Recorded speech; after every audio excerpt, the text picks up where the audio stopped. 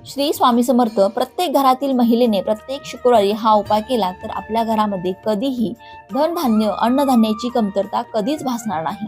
काय आहे तो उपाय सांगते ऐका. पण त्याआधी तुम्ही अजूनही या चॅनेलला सबस्क्राईब केलं नसेल तर चॅनेलला नक्की सबस्क्राईब करा. प्रत्येक महिलेने प्रत्येक शुक्रवारी आपल्या स्वयंपाकघरातील किचन ओट्याची अगदी डीप क्लिनिंग करावी. अगदी गॅस स्टोव्हची सुद्धा डीप क्लिनिंग करायची आहे. त्यानंतर आपल्या गॅस स्टोव्हवरती एक ओल्या कुंकवाने स्वस्तिक काढायचे आहे. किचन ओट्याच्या भिंतीवरती देखील ओल्या कुंकवाने स्वस्तिक काढायचे आहे.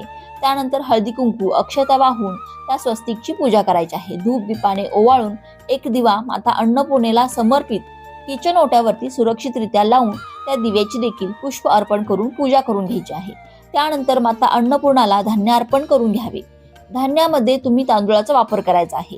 माता अन्नपूर्णेच्या खांद्यापर्यंत धान्य अर्पण करावे. त्यानंतर त्यातील थोडे तांदूळ आपल्या तांदूळाच्या डब्यात टाकावे आणि थोडे तांदूळ